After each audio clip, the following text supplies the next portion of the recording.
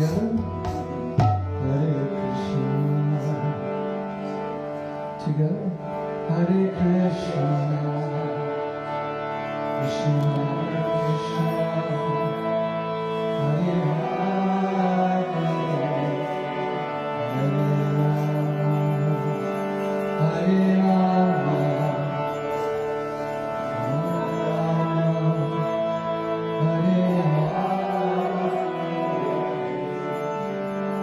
Again, you can do better than that. A little louder. Hare Krishna. Hare Krishna. Krishna Krishna. Hare Hare. Hare Rama.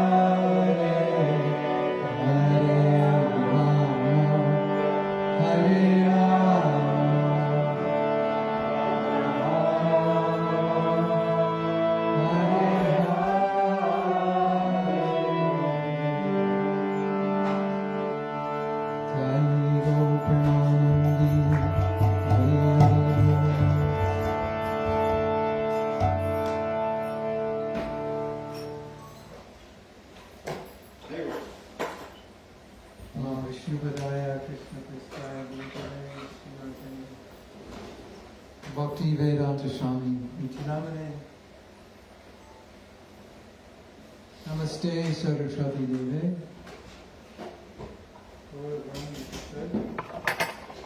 Maybe says this in the So, thank you for coming. Nice to see you all. First time I've come here. Very nice to be here. It's, I think, very important to be in nature. Cities are so unnatural. I think we as human beings become weird when we are separated from nature.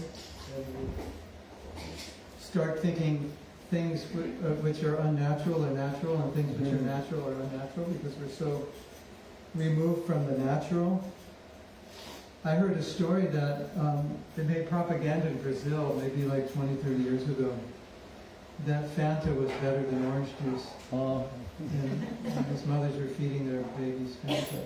And people became so accustomed to Fanta that if you gave them orange juice, they didn't like orange juice. They said, this doesn't taste like Fanta, so I don't like it. So I think that's a good analogy of what happens when we separate from nature. And you probably know that around 100, 120 years ago, about 50% of the Americans lived on farms. So, and that's probably true everywhere in the world. And in some, when I first went to India in 1975, it was 80% people lived on farms. So you're living with the land, you know how things grow. I grew up in Los Angeles. I had no idea how things grew until I lived on a farm in wasn't until 1991. So when I was in my 30s. No, 40s.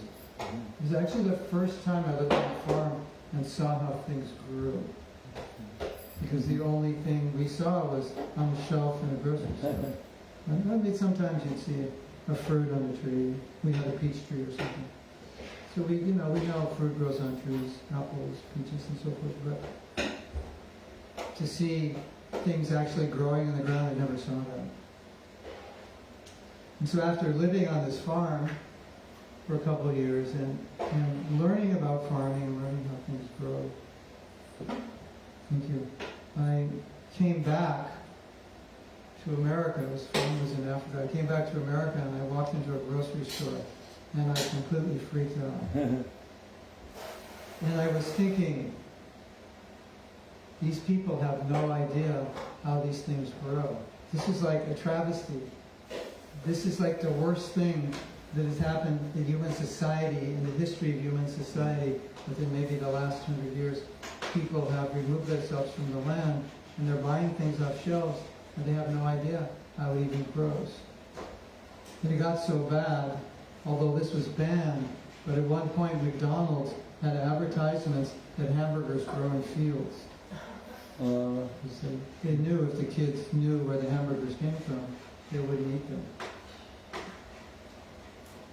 So, I don't even know where the hamburger. I mean, when I was growing, you're growing up and you're eating a chicken leg, but you don't, because you never saw the chicken. You don't realize you're eating the leg of the chicken, even though you call it a chicken leg, because we're so removed from nature. So, in ancient times, in India, maybe in other civilizations, if you wanted to eat an animal, you had to raise it and kill it, which made a lot of people reluctant to do it.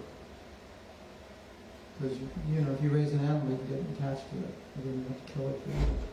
So just by removing ourselves from how the food grows, it makes us weird. What to speak of living in environments where thousands of people are packed up together. I was just talking to some friends in India, and I and my friends who are neighbors, we live on 10 acres. This is 30. We live on 10. So there's 2 homes on 10 acres. In our home, there's 3 people. In the house next door, right now, there's 2 people, and they have a little guest house, and there's 2 people. So 2, 4, there's 7 of us on 10 acres. And I was talking to my friends in India, and I said, in this space of 10 acres, I think in India there'd be 6,000 people living there. Mm-hmm. Right? Something like that. Because 10 acres is like, it's like maybe 4 blocks by 4 blocks. So 4 blocks by 4 blocks of high rises. And you can do the math. It's something, it's a few thousand people. It's unnatural. And you look out your window and all you see is another cement building. And it does have an effect on us. And I think a lot of the psychological problems we have today are just due to the way we live, the food we eat. And it's just unnatural. So it's nice to be out here in nature. I've done many retreats in nature, and one thing I've noticed is that about 50% of the effect of the retreat was just coming out here. Just people coming out and go, like feeling like, isn't it? Like, And also, we have this word recreation, which means to recreate yourself. To get away from your environment. So when you do a retreat, you're actually getting away from where you live. So you're just not surrounded by your normal things, your normal addictions, right? You don't have, you have your phone with you, the big addiction. But in this environment, it's not so much of an impetus to be staring at our phone. We have people we can stare at and talk to. They're better than phones.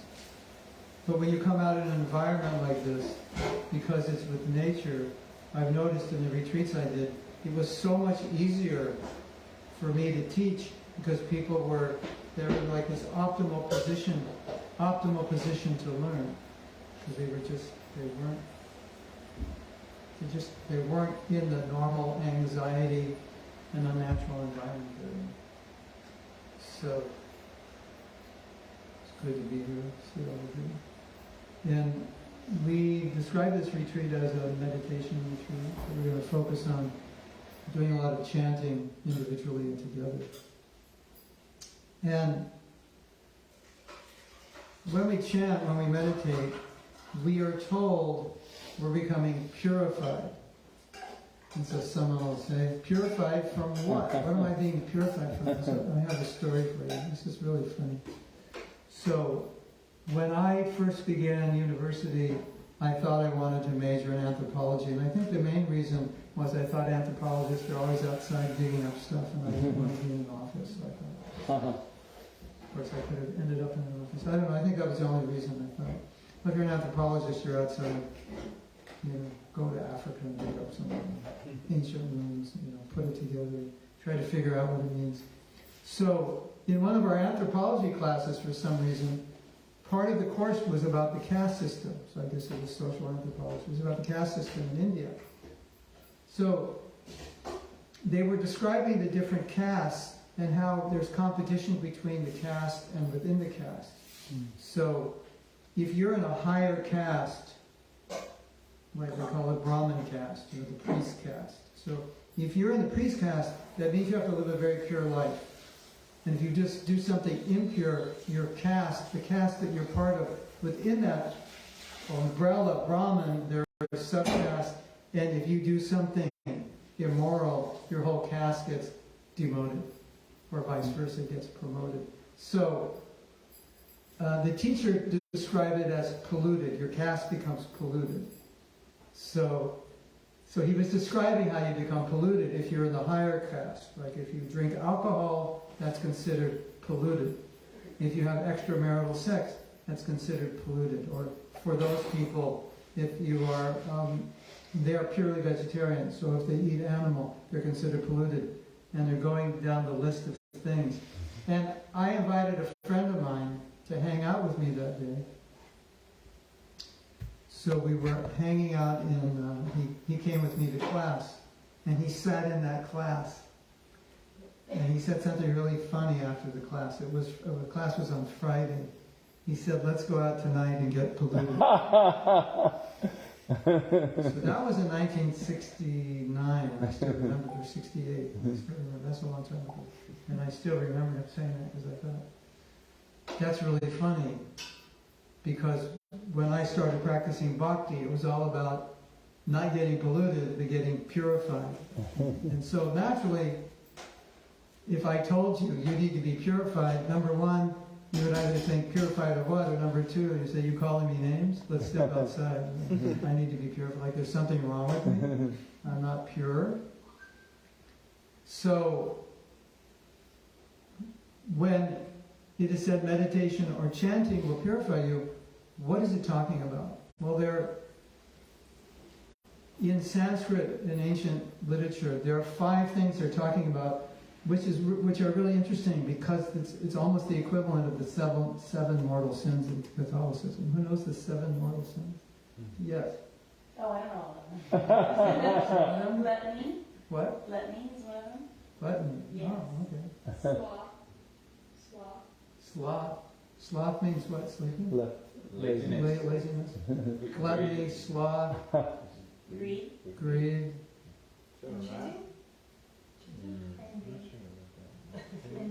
Envy. Wrath.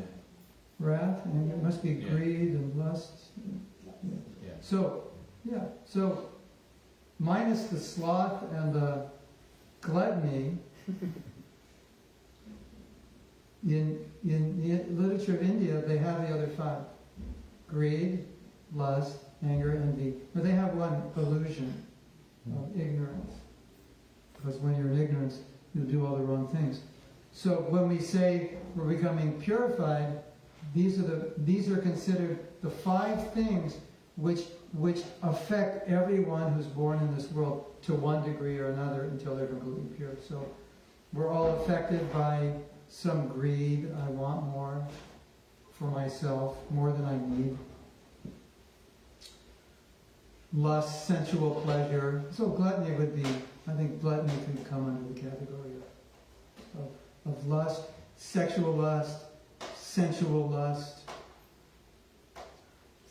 excessive, obsessive gratification.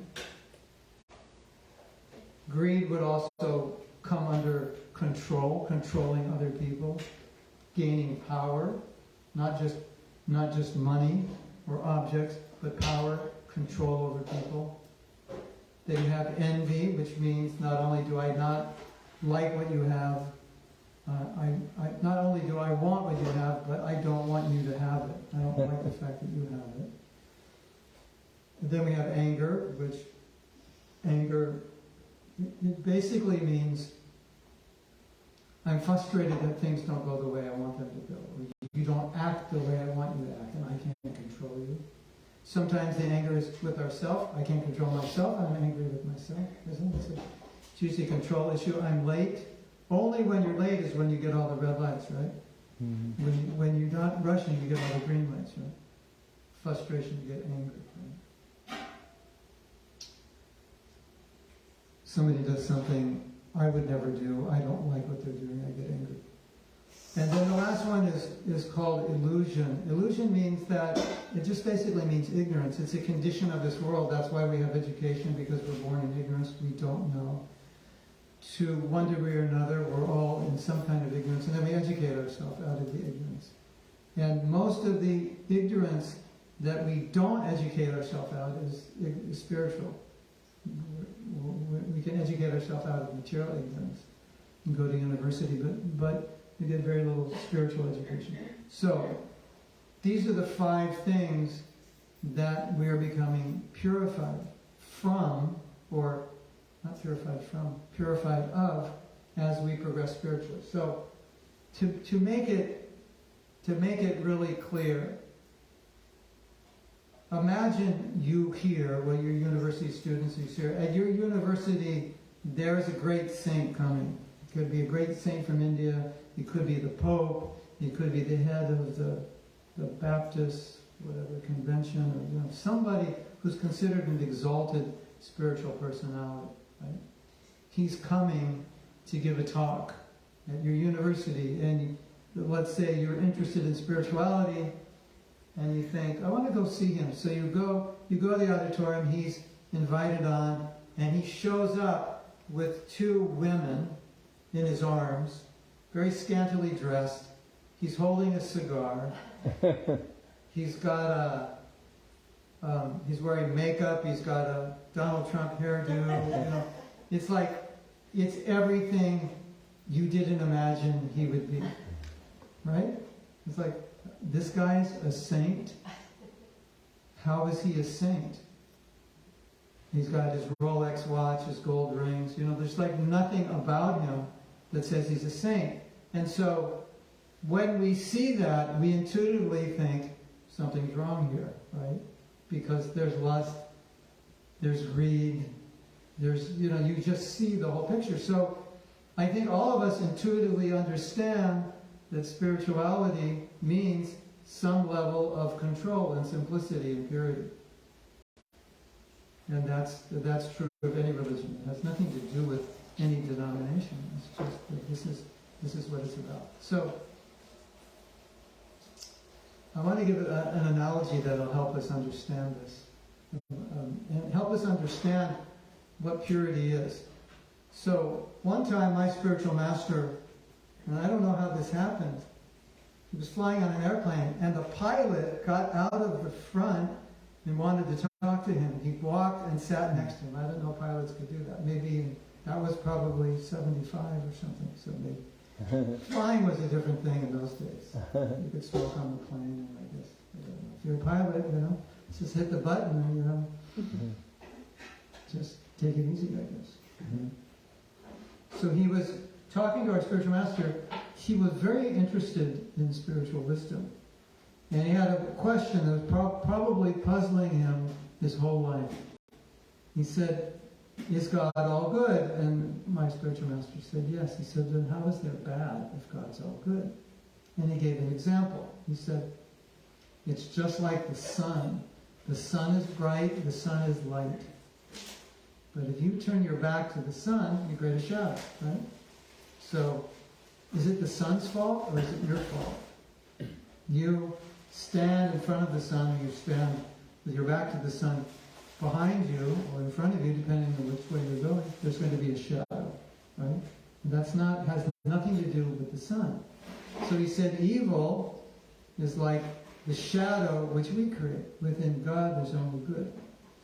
So I was thinking of that example, and I thought we could give another example along those lines to explain what purity means. Because when we talk about purity, ancient teachings, I would say maybe every spiritual tradition says that we are, as spiritual beings, we're pure. That's who we are. We are pure. So you don't have to worry, you're all pure in your pure state. Doesn't mean we're all pure now, but it means we are essentially pure. So what does it mean to be essentially pure? Well, that means no greed, lust, anger, envy, jealousy, ignorance, nothing. In our pure state, that's who we are. And you're thinking, okay, that sounds good, but I don't feel like that. Now, if that's who I am, why don't I feel like that? So, a similar example. It's kind of, even though it's not sunny here, there's a lot of windows in this room. So it's quite bright here, right? We have a grow light on, but we don't need any light here, right? So what if we decided to take big black curtains and cover all the windows? It would be dark in here. Big, thick black curtains, right? And let's say it was very sunny, so there's heat coming through the windows. These are very thick black curtains.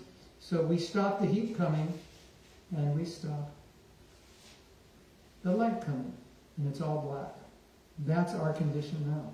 We are spiritual beings like the sun, which is pure light, pure heat.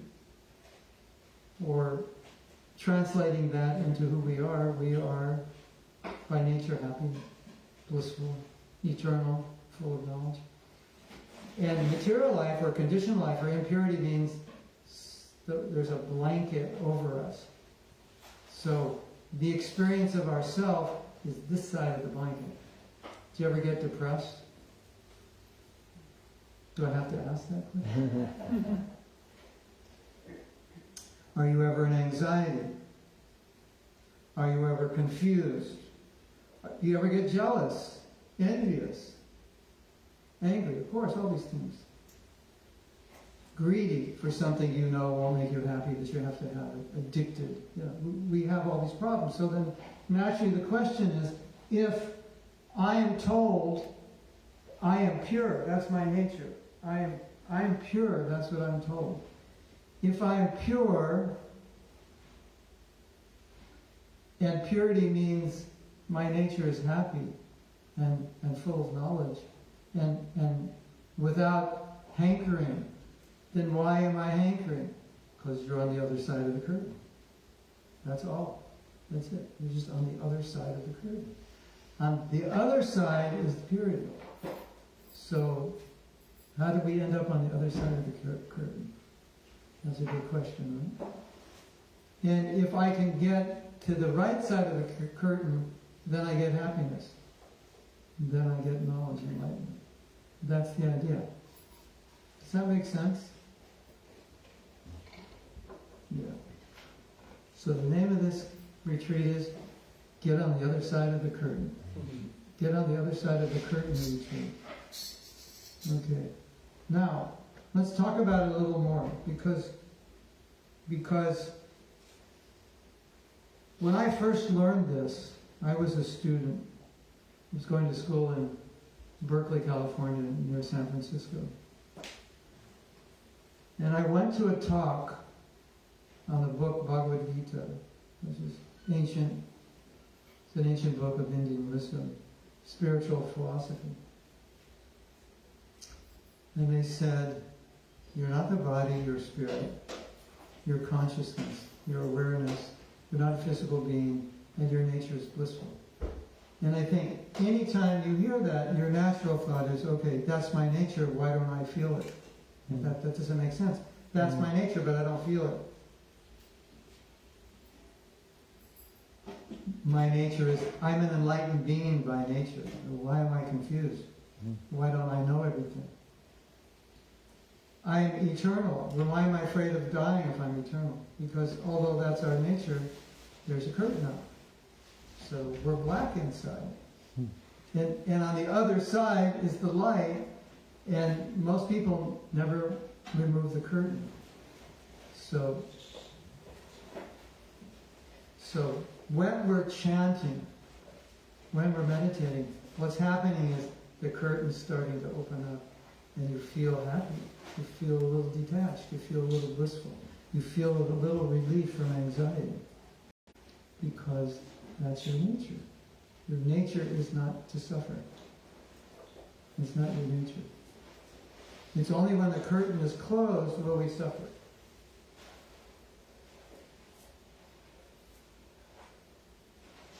That's good news, isn't it? So there are 3 words in Sanskrit. You want to learn Sanskrit today? Mm-hmm. This is your Sanskrit lesson. If you don't, you can repeat after me. It's quite easy. Sat. Sat. Sat means eternal. Chit. Chit means knowledge or consciousness. Or chit means awareness. So do me a favor, turn to the person next to you and tell them you're full of chit. Tell them. So we're all full of chit. And the last one is called Ananda. Can you say that? Ananda means bliss. So this was the first thing I heard of spiritual wisdom from India. This was the very first thing I heard. You're not a physical being, you're a spiritual being, and you're full of knowledge, bliss, and you're eternal. And I was sitting there going, and I was thinking, yes. And I'll tell you why I was thinking like that. This was like the biggest relief of my life. Because I was thinking, before that I was thinking, well, yeah, I'll tell you the story. Well, this is the late 60s, so you'll understand I'm not crazy. It's just the late 60s. But we did a lot of experimentation with psychedelic drugs. That was like, I guess, that was like the beer of today was, psychedelics was like the beer of today. The new, right? Beer is the new. Well, you have your psychedelics and this and that. It's coming back in fashion. But it was quite normal, recreationally, but spiritually also. So I was experimenting a little bit, not for fun, but for, a quest, a spiritual quest. And so I had this experience once in which, I don't know what the drug does, but I guess it releases every hormone that makes you happy all at once, and like drains them out for the next week, but in that 6 hours you get them all. Does anybody know exactly what happens when you take those drugs? Is it something like that? Like all the happy hormones just, is it? Serotonin, yeah. The endorphins or whatever they are, the serotonin and... Kali, you must know.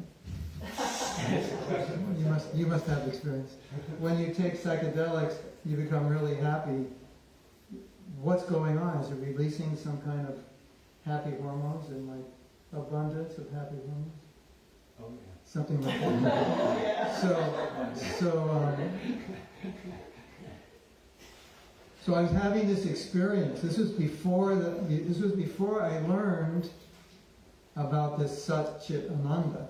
This is before I learned. So this is it's like intuitive, and I think many people on the spiritual path, they understand what they learn, but they couldn't articulate it until they learn it because they intuitively understood it, but they don't know how to put it in, like what I'm feeling something. So I was taking this drug and I was like very happy. Like if you could think of the happiest you've ever been in your life, like your best friend died and you find out it was April Fool's joke, and then no, he didn't die. How would you feel?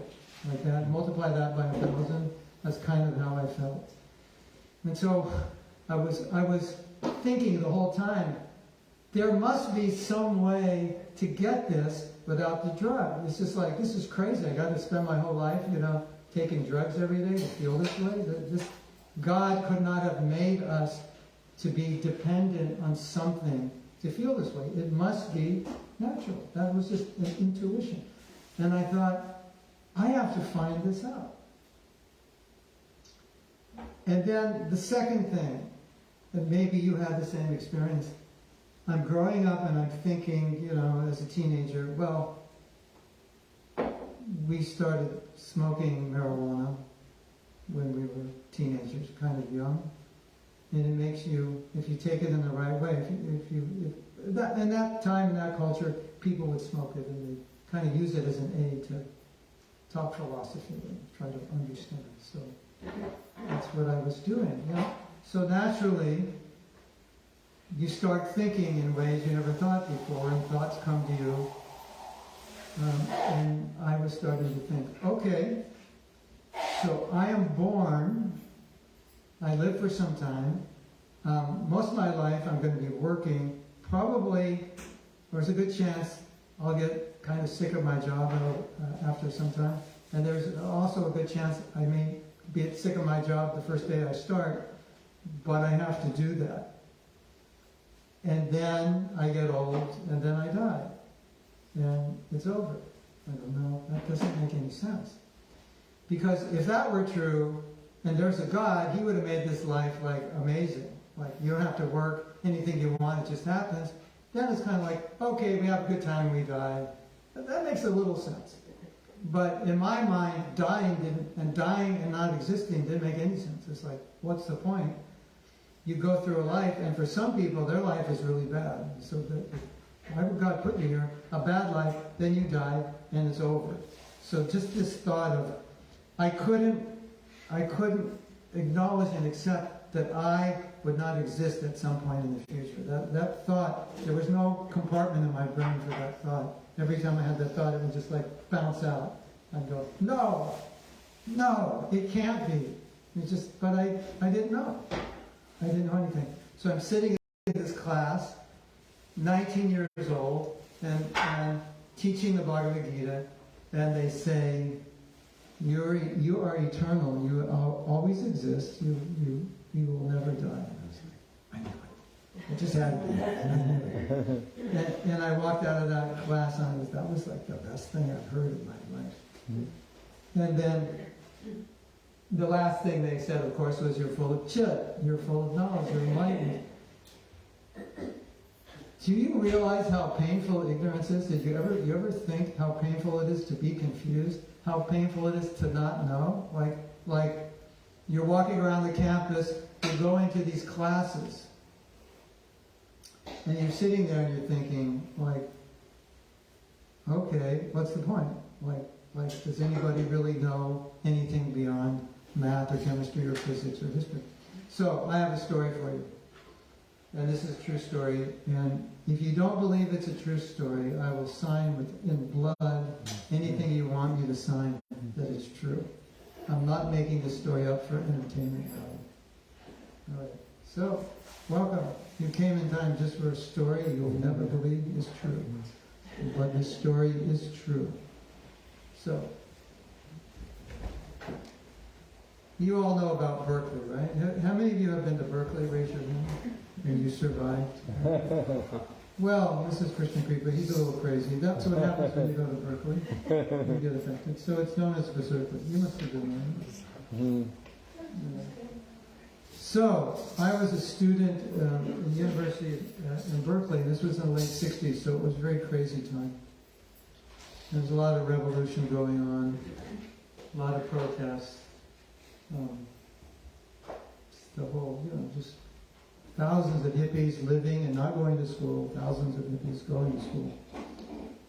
And this is a true story. We're talking about ignorance here and the pain of being in ignorance, how painful it is to not know. If I say, well, what happens after death? And you say, I don't know. What's the purpose of life?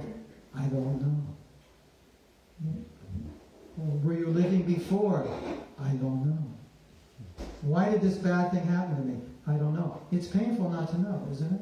Wouldn't life be easier if you just like, when you were born, and you're like, not when you're born, but you're like, 7, 8, 9, when your brain is capable of understanding, your parents just go, here it is. This is where you came from. This is what happens after you die. This is what God is or isn't. This is why you're here. That would make life so much easier if we just knew.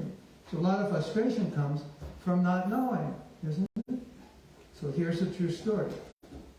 This was a philosophy class. I think it was Philosophy 101, University of California, Berkeley, 1969. Crazy time in the craziest city in the United States. The top, at that time, maybe still is, the top state university. And I swear, this is what he said. And I remember this verbatim. I'm not making it up. You want to hear what he said? He said, there is no need to come to my classes. Actually, I was told this before, which is when I registered for the class. Because it was 4 units. And when I walked in, I was a little late, and it was a lecture hall of about 500 seats, and there were at least 70 people standing. Every seat was full. Everyone wanted this class. Because there was propaganda there that you don't have to do anything in this class. He said, there's nothing you can learn from me. Therefore, there is no need to come to my class. So he had tenure, which means he could do that.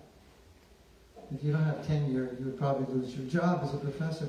But once you get tenure, they can't fire you. They're not giving tenure so easily anymore. But that was just normal. You'd stay as a professor for maybe 10 years or whatever, and then you get tenure, and it's kind of like, just do what you want. So he said, there's no need to come to my class because I don't know anything. So pick something, pick a topic you want to write about, write an essay, give yourself a grade, and hand it in. Totally serious, right? So now I want you to picture me, and maybe you can relate to me. So I'm going to this school with all these questions like, well, does anything happen after death? Who am I, and what's the whole point of doing anything? You know, hey, you know, your parents say, you should study this, it's a good profession, you make a lot of money. It's like, okay, so then what? And they'll say, then you'll be happy. Okay, and then what? I just keep asking, then what? Then you can buy a vacation home in Hawaii. Okay. And then what do I do? You know, it's like, what's the point of it all? Okay, that's fine, that's great. But isn't there something deeper than that? So I'm sitting in this class, and at this point in my life, I have no idea what I'm going to do. And as long as I stay in university, my parents will pay for me. They can pay for a car, they pay the rent, everything. So I'm thinking, I'll just stay in university forever, and the way I'll do that is I'll just stay here and just keep studying, and then, you know, you study long enough, you can be a professor. And I'm listening to this professor say, I don't know anything, and I'm seeing myself, and I'm going, that's where I'm going to end up, as that professor. To really freak me out, because I wanted to know. And it was such a good lesson for me. He's not just an English professor saying I don't know anything. He's a philosophy professor, who's actually, philosophy is meant to try to come to some conclusive truth. So, okay, ignorance is painful, isn't it? We all know misery is painful, unhappiness is painful, that goes without saying, right?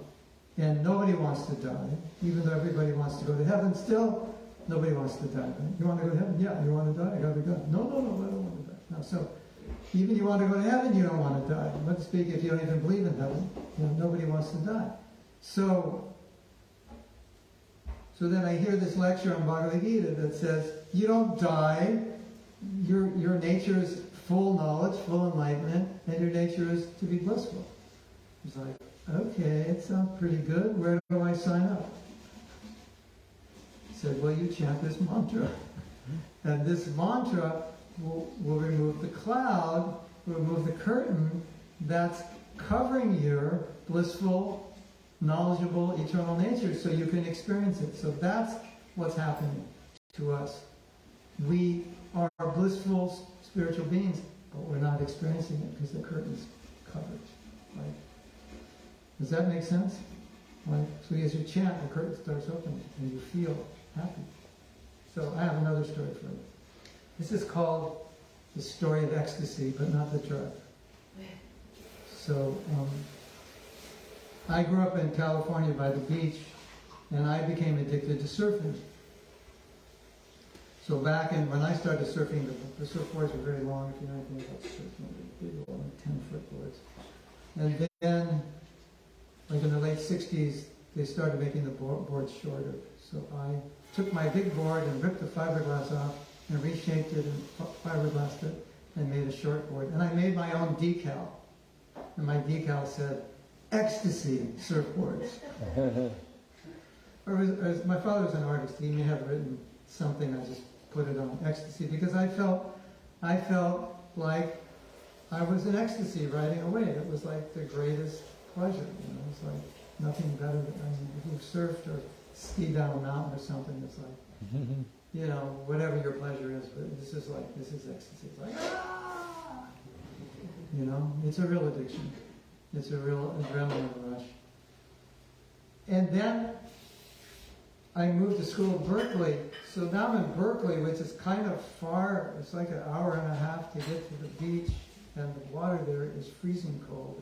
And the weather is always horrible. It's just not an inviting environment for someone from Southern California. So I was giving up on the ecstasy. The ecstasy was turning into agony when I go out surfing that freezing water. It was like, take forever to get there. So I was going to school in Berkeley, and there were devotees there chanting the mantra, Hare Krishna, Krishna Krishna, Hare Hare, Hare Ram, Ram Ram, Hare Hare, on campus. So I started chanting with them, and I started studying Bhagavad Gita with them. And then one day I was chanting, and I was feeling ecstasy. And I was telling myself, wow, this is as good as surfing. And I don't even have to get wet. And I don't even have to paddle out and get smashed by the waves paddling out. I don't have to freeze my rear end off in the middle of the winter in San Francisco. This is really good. And something struck me. Said this was the first time in my life I ever experienced happiness without making some external arrangement to give it to me, without taking a drug, or going to a party, or surfing a wave, or going on vacation, without doing something where you have to adjust what's going on externally, or you have to increase your sensual pleasure. This was the first time. It was just a mantra, and I'm experiencing as much happiness as the best thing in my life. This is really interesting. It's like, why is that interesting? Because if you look at your life, if we look at our lives, how do we pursue happiness? By getting something, isn't it? I want to go to Europe. I want to go here and do this. I want to get this. I want to have this. I want to buy this. Isn't it? And then we think, if I get this, I'll be happy. That's how we find happiness. So, it was so amazing because that was the first time that I was having happiness and I didn't buy anything, and I didn't eat anything, and I wasn't doing anything sensual. I wasn't adjusting anything in my world. My whole world was the same. I was just chanting a mantra, experiencing ecstasy. Okay, something's going on here. And so, after that, I learned what's going on is you're just opening the curtain. That's who you are. It's like, okay, I kind of understood that, but I didn't understand it. But I think we all understand it in the sense that when you do something that you really want to do and you're really looking forward to it, and you do it, and it was like, yeah, that was good, but what happens? Well, tomorrow's Monday, you go back to school, or you go back to work. You ever had that experience? I think the classic example of this was a Bob Dylan interview. And he was like, I don't know, in his late 60s or something. And they asked him, so you've been inducted in the Hall of Fame. You know, this interview. Right? So naturally, when you're being interviewed, they'll ask you, well, how did that feel? He said, this is basically, I'll try to imitate him if I can. He said, yeah, it was good for about a week. That was his answer. It was exciting for a week. Do you ever have that experience? Like, how was it? Yeah, it was amazing. Till it ended. Like the birthday. Yeah. Yeah, birthday, something, you know. So like, yeah, I have a friend who won the Latin American Grammy. So that's kind of like a big thing, you know. Went to Las Vegas. I was there. I happened to be in Las Vegas when he was there. He got the Grammy. But I know him. We've been friends. We were friends probably for 50 years before he got the Grammy. So, I know before and after the Grammy, and it's like, yeah, whatever. And you want to hear something funny? This is going to be hard for you to say. Well, maybe not.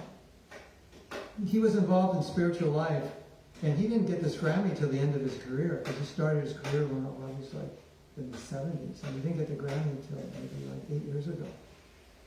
And he was so involved in the spiritual life, and he was in India, and he was telling me, I have to go to Las Vegas and leave India to get the Grammy, and I don't want to go, because I don't want to leave India, because this is like so blissful here. Isn't that funny? But I guess I got to go, because, they're going to give it to me, it wouldn't be proper not to go. So, when you're on that spiritual level, you could feel that way. So I'm going through my life, and I'm having these experiences, like, okay, this is great, but, a few days later, I want to do it again. Because I'm coming back to what I call my default position. I'm coming back to my default, right? So what's your default? Like, wow, that was great. We went here, we did this, down the river. That was amazing. And then what happens after? You kind of get excited, default, start, and then it's like, hey, let's do that again, because now I'm not happy down here, right? Let's do it again. So that was something that bothered me, because I was like, no, this doesn't work. This is not. This can't be the way to be happy, because this is too much work. And then even if you're happy, you just bought a new car and you're happy. But then what happens? Your neighbor buys a better car. You're like, damn. No, you're not happy. Right? Now you just buy the latest model, whatever, and then what happens? Next week they come out with a new model. And it's, or 31 days later they come out with a new model and you can't return it. You ever have that experience? So the chanting was an amazing experience, because then I could experience happiness on a different level, and I didn't have to do anything. And I thought, this is amazing. This feels so natural, so real, so connected to who I am. So that's what the chanting does. It connects you with who you are. Who are we? We're Sat. Sat means what? Who knows? Who remembers? Sat. Eternal. Chit? Knowledge. And Ananda. What is Ananda? Bliss. Bliss. Bliss, it means a kind of happiness. Well, let me explain one other thing. We say Ananda means bliss or happiness, but actually it doesn't. It's a different category of happiness. Because if we say happiness as we conceive it materially, it's like it comes and it goes. It's up and down. And you're always going to need more. But Ananda is constant, and it's a much deeper happiness, and it's a satisfying happiness. So that's who we are. So now, think about this. That's our nature. When we purify ourselves, that's who we are. That's who we come to know. Now imagine God made us just the opposite. Like, you were not eternal, you were destined to suffering and destined to ignorance, and that was your nature. So if you became self-realized, you become totally miserable and die. Because you would realize who you are. So, you look at the world and say, how could God create a world like this? There's so many problems. He said, no, but He created you as eternal, blissful, knowledgeable being. That's who you are. And if you realize that, then you can experience that. So that's amazing. So, would you like to chant some more? Yeah, we're going to chant. That was just kind of grounding you for our next session. So, we'll chant some more, and you don't have to fully understand what's going on when you're chanting. You just want to allow yourself to feel it, and you want to at least have some visual understanding and feeling that this sound vibration, this mantra, directly connecting with you as a spiritual being. And it's opening the curtain so that you can get more and more of a glimpse and an experience of who you are as a spiritual self. What? Oh, yeah. So some of you may know the mantra, some of you may not, but well, why don't you repeat after me?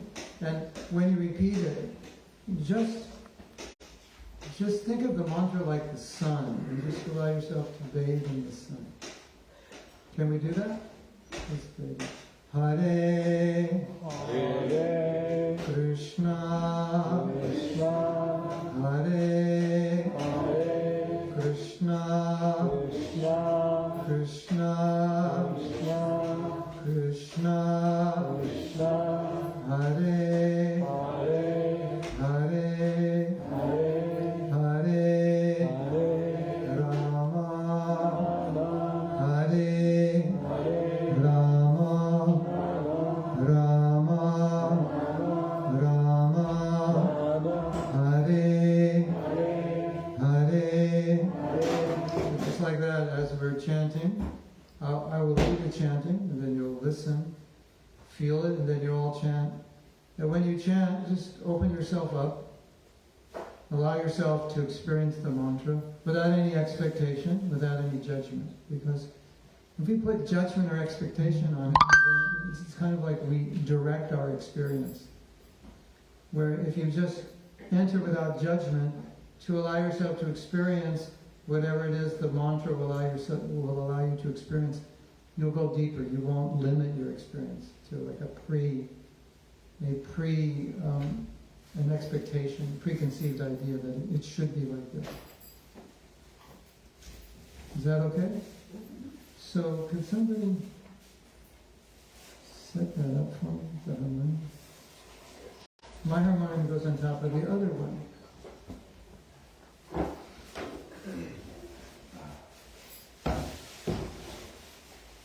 What does that Mahamantra mean? I'm not going to tell you yet. And I'm going to tell you why I'm not going to tell you. But I've done this experiment before. Actually, we'll do an experiment. Some of you know what it means, but we're going to do an experiment. I'm not going to tell you what it means. But the meaning is contained in the vibration. Like let's say, for example, I sing a song in a language you don't understand, and then I ask you, what do you think that song meant? By my emotion, my face, the nature of my voice, you could probably tell. You get a fair idea what that song means, right? So I want you to do the same thing with the mantra. I don't want to tell you. I want you to feel it. And just allow yourself to be absorbed in it, feel it, and then we'll discuss what was your experience. And that experience will define the meaning. And there are many meanings, and there are many meanings for different individuals. You'll experience it differently, and on different days you'll experience it differently. It won't be the same every day. So, you open your heart, you allow yourself to feel the mantra. When you sing it, you put your energy into it, you call out. It's a divine spiritual sound. And allow yourself to just feel whatever you're feeling. Don't judge your feeling. Don't try to manipulate your feeling. Just allow yourself to see what's going on inside, and then we'll discuss it after we chant. And this is one of the best ways to understand the mantra, because it'll be your experience. It won't be me telling you the meaning, but you will have your own experience of what it means. And there's nothing better than your own experience. Because if I tell you, it's only my experience. And you can say, well, that's what he thinks. Right? Like, eat this, it tastes good. And you're like, looks weird. I've never seen anything like it. So you don't want to eat it. And I go, look up there, and you look up there and I shove it in your mouth. And you take a bite and go, wow, this is good. Now you have the experience. Right? So with experience is everything. Otherwise it's just my word. Of course you may trust me, but even if you trust me, your experience is better, right? Yes. You know what I think, Janeshwari? If we stick another pillow under there, just so we can stay in this position, is that possible? Stay here. Stay here. Let's see. As they say in Hawaii, no better. It's no better. Right, Kali? Yeah. Kali is a Hawaiian man. Who knows?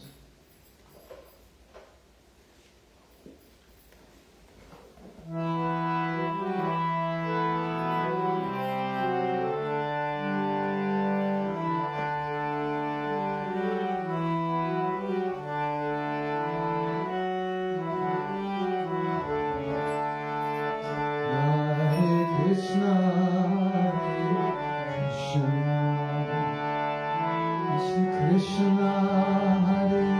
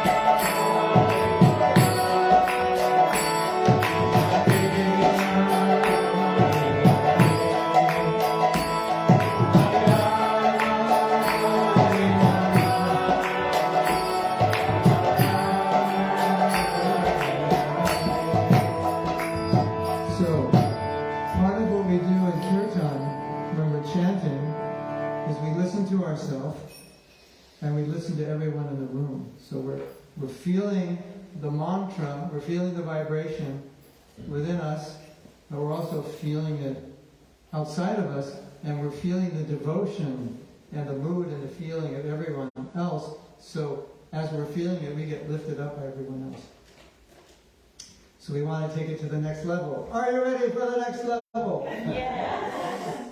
So we want all of you to participate fully, because the more you participate, the more it's going to affect the people in this room and the person next to you. And then it'll bounce back and it'll multiply. And it'll keep bouncing back. You know, it's like you say something funny, and I laugh, and when I laugh, you laugh because I'm laughing. And so you laugh more. Right? So, can we do it? Yes. So you open your voices, open your hearts, and then we'll all feel it. Okay? Let's do it. Because you'll notice a difference. Because we often chant alone, so we don't have the opportunity when we're alone to absorb the mood of other people. But in Kirtan, it's a group effort. So it's like we're all doing this together. We're all taking off, moving up in consciousness together. Hare Krishna, Hare Krishna, Krishna Krishna, Hare Hare, Hare Rama, Hare Rama, Rama Rama, Hare Hare. Your turn. Hare Krishna, Hare Krishna, Krishna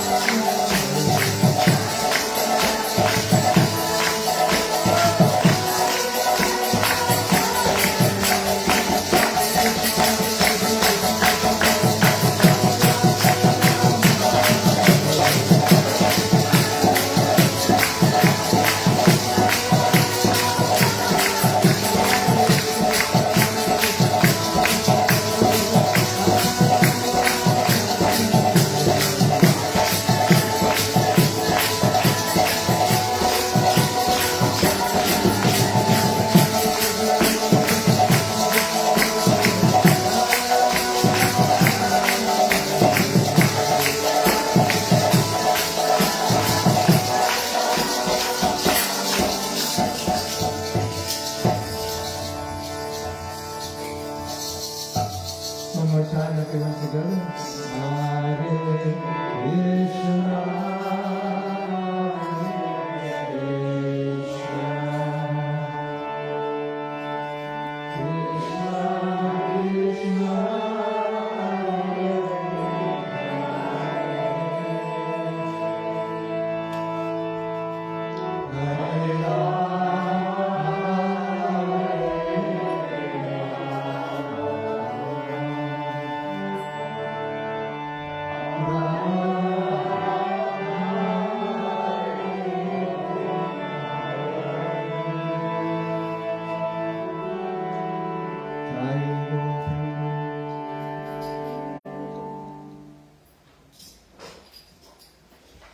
thank you all for chanting so nicely, inspiring us all.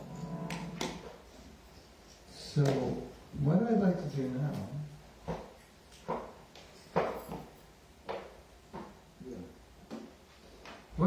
now is ask you what just happened.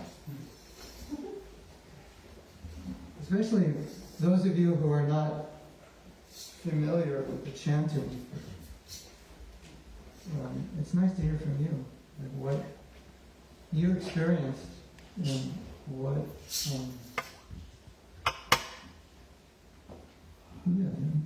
what do you feel by your experience? What does this mantra mean? What do you feel?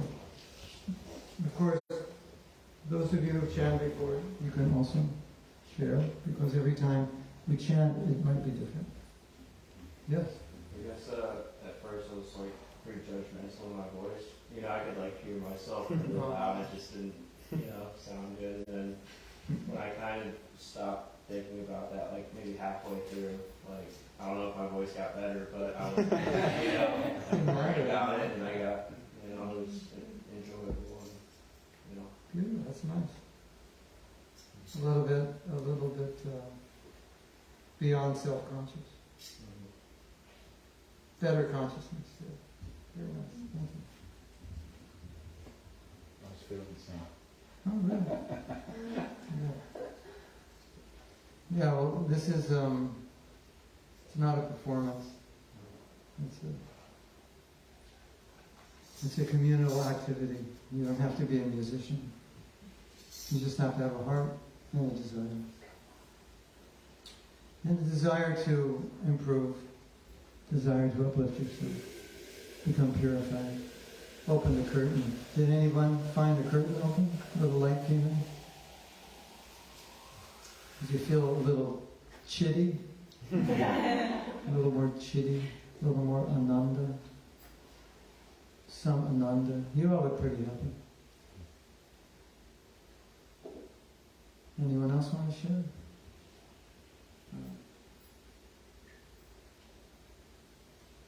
Krishna, yeah. It's reminded me how there's just a lot of joy in the mantra, and it makes you feel like dancing. So I knew as soon as you told me to feel the mantra, I should go back where I have room to dance, Yeah. It's true. You're all invited to dance when we chant. Mm-hmm. It's better when you dance. You know what's interesting about dancing when you're chanting mantras is that these mantras are called transcendental, or transcendental sounds. So transcendental means beyond material. And when you go beyond material, you become detached or less interested in material things, especially things which are just causing problems for you and anxieties. So when you're chanting a mantra and you're dancing, because you're off the ground, you feel very transcendental. You don't feel like you're really part of this world anymore.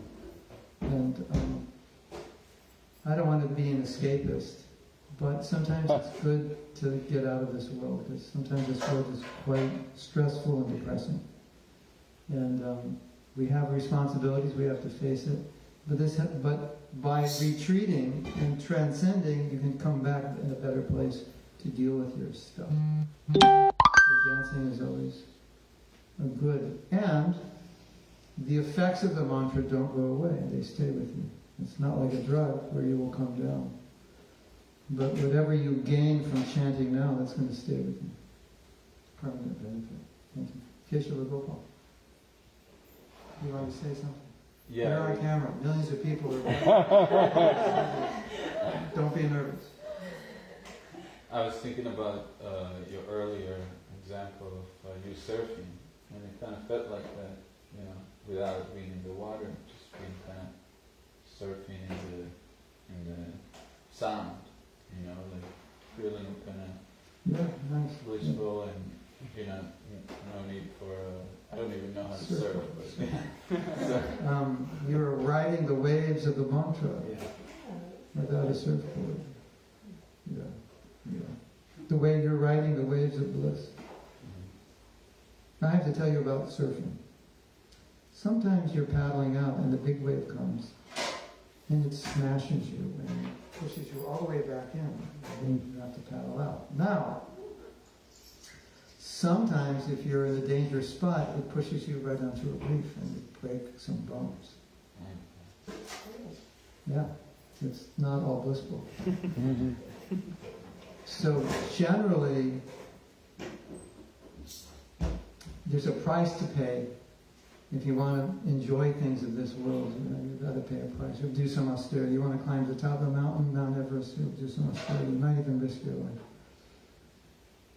Or you have to, work, maybe like your job, but you get the money to do what you want. But with chanting, it's the price is just sit and chant.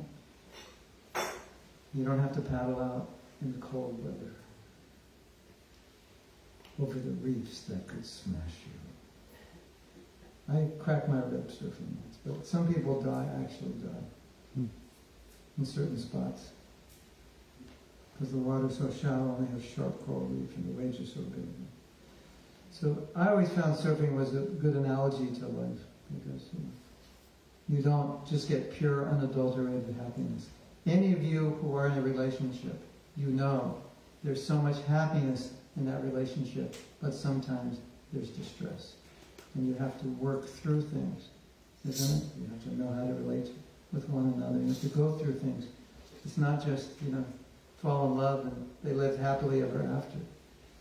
That happens on the spiritual platform, happily ever after. But in this world, there's always challenges and difficulties. You've experienced that? It's not always easy. It's not just blissful. You have to pay a price for it. This is a lot easier. Thank you. Anyone else want to share? I had my eyes closed while I was chanting, and I felt like when I came towards it, to open my eyes, it kind of felt like really peaceful. Mm-hmm. Did you forget where you were Yeah. when you were chanting? Yeah. I had the same experience that she's describing. Like I was free enough to the same thing when I opened my eyes. I was like, oh yeah, because I was absorbed in the connection with the mantra, I suppose. Yeah. Well, that's good. That's the meaning of transcendental. You're transcending your physical environment and going to a spiritual realm, which is much more blissful. Do you ever hear descriptions of people having out-of-body experiences? And they say that it was very blissful to be, like we're very attached to the body, we don't want to die, but when people go out of the body, they have experiences which are better, and sometimes they don't want to go back in. It's interesting, isn't it? Because we're so grounded in the body, and we think this is everything, and all our enjoyment's going to come from the body. Then they get out of the body on a spiritual level, and they're like, oh no, I don't want to go back in my body. It's interesting. Yeah. So, in a sense, if we're absorbed on the spiritual level, in a sense, we're having an out-of-body experience. We're disconnecting a little bit from the plane of consciousness, that plane of consciousness which causes so many problems for us, and anxieties, and unhappiness. And it's good that you have experiences like this because it shows you that there is another reality. Because otherwise it's just a theory. Someone will say, there's another reality, and I can sit up here and go, there's another reality, it's very nice, and it's difficult to believe if you don't have an experience of that. And it's not difficult to have that experience. It really isn't. I have it every day. And I don't say that I'm special, it's just that I do this. I do special things, so they give me a special experience. So you don't have to be special, but if you do special things, you'll have special experiences. We're all spiritual beings, so we can all have these experiences. They're not unique to anyone. Anyone else like to share their experience or their understanding? Yes. I felt like all of the people that I love, I felt like images of them were coming to me, or like memories or feelings of my love toward them, and that like the sound vibration kind of like summed up that love. So it was like the ultimate love of them, and I felt really, really good. Wow. Interesting. Oh, I forgot to mention the other good news, Satchidananda, but we're also full of love. That's our nature. How many of you are looking for love? Raise your hand. Yeah. You didn't raise your hand, you didn't understand the question. We want to love, we want to be loved, we want to give love. That's why we have pets, why we have children, why we do service. We want to give love and we want to be loved. We all want to be appreciated. It's a human need. Because that's our nature. That is our nature. Within the soul, there is love, infinite amounts of love. Divine love, love for everyone, love for ourselves, it's all there. And so as you become more purified, you feel that love. Now, you take the example, like this incredible example of Jesus Christ, who would take the sins of the world on his shoulders so other people wouldn't have to suffer, and he will suffer for them. What kind of love is that? It's like a mother will suffer for her child. It's ingrained hormonally. A mother will suffer for a child. But imagine the consciousness of a person who would take everyone's karma and suffer that so that they could be liberated and free from suffering. It's inconceivable, isn't it? I mean, if your friend or loved one is hurting, they've been in an accident or something, you feel really bad. But you don't feel their pain physically, you feel it emotionally.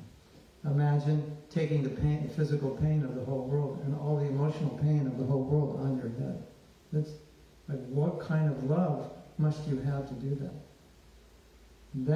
That level of love exists in the hearts of those who are purified, those who are on a very high level. That level of love exists. Isn't that amazing? So, do you have that level of love? No, we can't say we have that, but we have part of that. That is our nature. So when we're purified, that nature comes out more. So how does it come out? It comes out in terms of compassion. You will feel more compassion for plants, for trees, for insects, these kinds of things. You will feel the pain of others. Even if they don't feel pain, you can see their pain sometimes. That's a natural symptom of spiritual advancement. So, what you're sharing here that you're experiencing is you're just experiencing your nature. It's just the curtains opening up a bit. It's not like something is coming from the outside to you, it's coming from the inside out.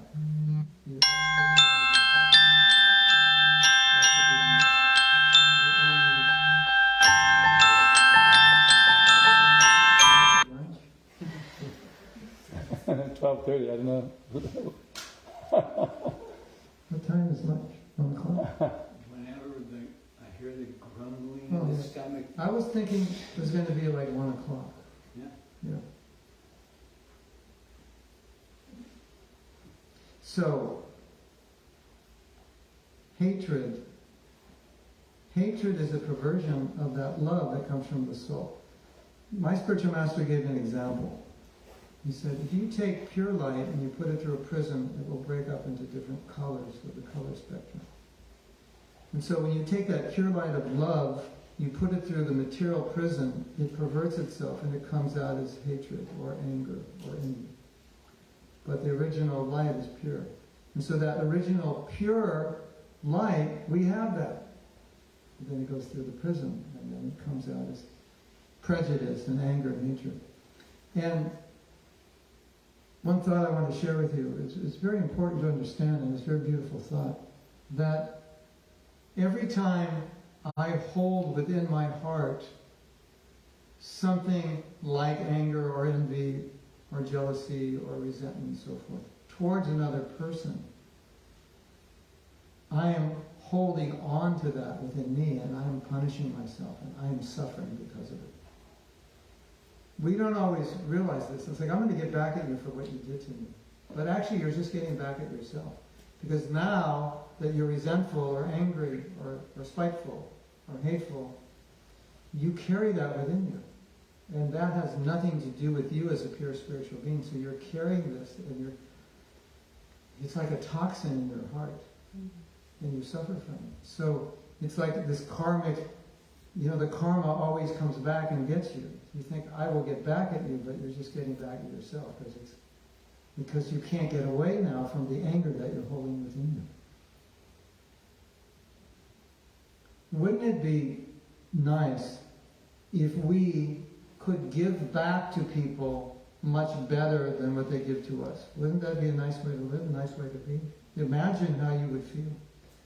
So, I do something to you that's not nice, and you come back with something nice to me. Wow. I criticize you, you praise me. I say I hate you. You say I love you. Now imagine the consciousness of a person who lives that way, and imagine what level of experience they have in their life. Amazing experience. Now, multiply that by 8 billion people. And think what an amazing world we'd have if we lived that way. So, that consciousness potentially exists within us. That's what's so beautiful. We are potential. That consciousness does exist, but we're in a potential state. That's who we are.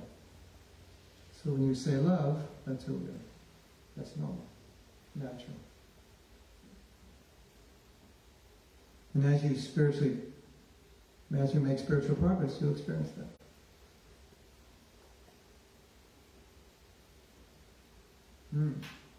Yes.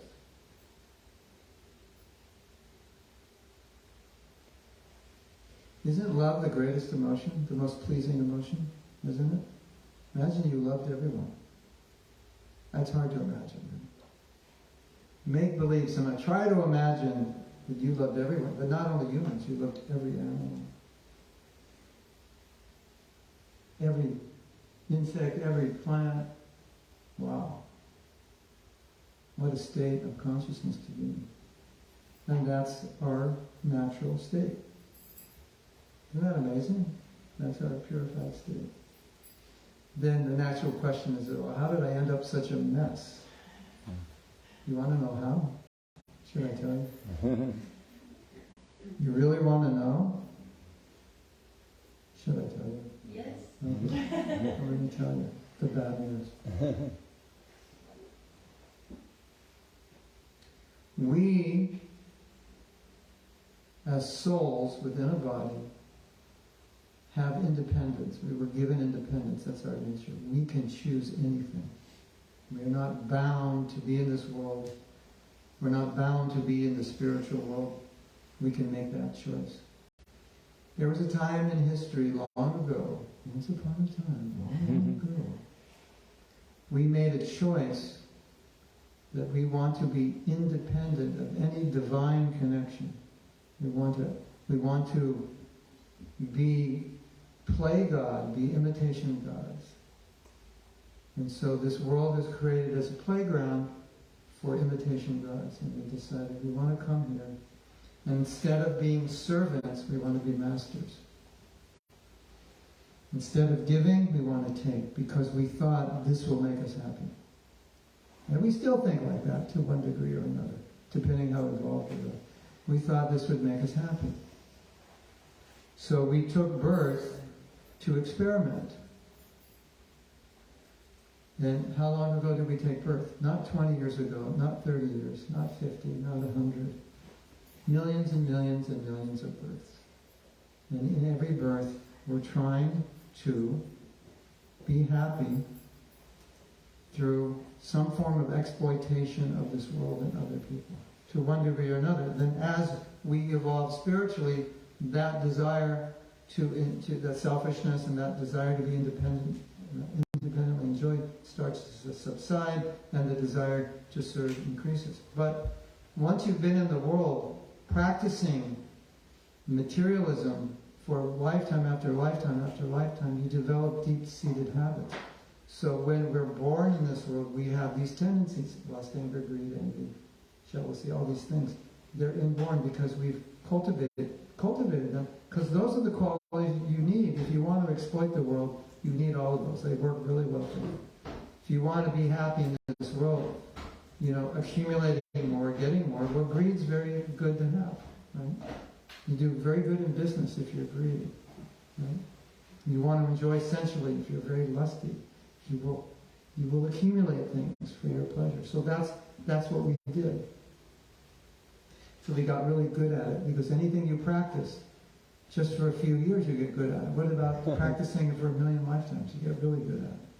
So, have you ever been in a situation where you don't want to do something and you do it? That's called a habit, right? Or an addiction, right? And have you ever asked yourself, why did I do that? I don't even want to do it. I've done this a million times. Every time I do it, it doesn't make me happy, and I'm doing it a million and one times. That's because that consciousness has been cultivated for lifetimes. So it's programmed in as a habit. So it's subconscious. We just do it. And so spiritual life is a kind of a reprogramming of all that conditioning. So instead of acting out my hate and resentment and my control and exploitation tendencies, I gradually try to purify them, uplift them, so that I develop more compassion, more service, a mood of service, peacefulness, and so forth. So that's why these other tendencies are so strong, even when we don't want them. And here's some bad news for you. Mm. Did Kalia tell you there's some bad news today? Yeah. The bad news is, when you're trying to break a habit, sometimes when you're trying to break it, the habit strikes back. Mm-hmm. Have you ever noticed that? That's like it gets. So when we're trying to break material habits through spiritual life, sometimes they get stronger. In the beginning, they might fight back, because you're letting them go. But what I've experienced, and all of us who chant every day, we've experienced the power of chanting a mantra will give you that strength, so that you can fight those battles, that you can overcome those habits. But if you've ever wondered before, why is my mind going in a direction different from where I know intelligently to go, or according to my values or my integrity, where I want to go? Why is it going somewhere else? Because it's been rehearsed a million times to go that way. That's just where it's always gone. So now spiritual life means it's a kind of reprogramming of the mind in a different direction. Does that make sense? So chanting is like that, in a sense it's a reprogramming. But you're reprogramming back to your original consciousness that you left in the first place. And then got perverted, so you just you're not doing something unnatural or strange. It might seem unnatural or strange from a materialistic point of view, from the way society is today, but you're just going back to the state that you left at some point. That's all you're doing. It's just natural. Society is, it's much different. It's going in a different direction. So you may feel like, well, I'm weird. I'm going against the grain. But you're not weird or going against the grain. It just seems like it. You're just going back to the way you were. Is that okay? Is that good? Okay. So, raise your hand if you're hungry. Raise your hand if you're sort of hungry. So, it's 12:40. Maybe we could have lunch at 1 o'clock. Then the sort of hungries will be hungry, and the hungries will be really hungry. And you know, the hungrier you are, the better it tastes. Right? If you're not really hungry, it's not really pleasurable to eat, is it? So, would anyone else like to share their experience, or anyone have a question? Or yes. So you're saying you love all animals, or you want to get to that point where you're loving every creature. What were your thoughts like when you were younger and you were surfing towards sharks? Like, I'm sure you were fearful, but did it change over time? Where I grew up, There's somehow sharks out there. I never saw any sharks. Really? I never thought about sharks. I can only tell you how I think about them now. That every animal is programmed to act a certain way. So only human beings can break natural law, because the animals don't have... The animals, they just act out their program. They do what they're supposed to do. So if a shark, looks at you on your surfboard and thinks you're dangerous, he'll attack you. That's his instinct. And he's not going to be arrested and taken to court, because that's what he's supposed to do. So, of course, we're really upset when the fish are killed, or well, for some years where became almost extinct. Live and let live. That's the idea. There's enough for all of us without having to kill animals or fish or chicken. And the other problem is the sharks were there first before the surfers. Right? And they were surfing way longer than the Hawaiians back in the day. The Hawaiian kings, I think, were the first surfers, weren't they? So, it's kind of interesting the way human beings deal with animals. We go into their environment and mess them up and kick them out. Yeah. You want to hear something really interesting? My spiritual master once said, you should not use pesticides because the pests have to eat. So you grow food and grow for them also.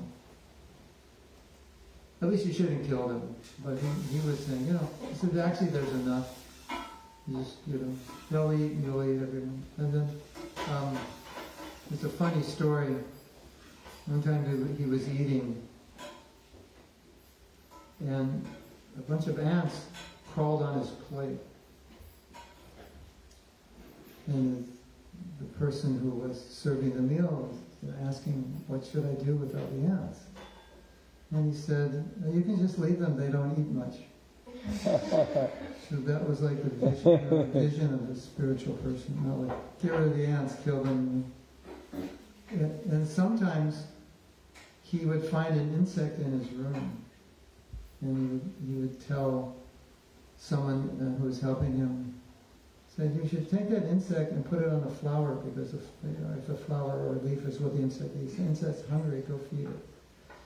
Now, there were many stories like this, where he'd find some insect in the house, throw him out the window, that he belongs outside.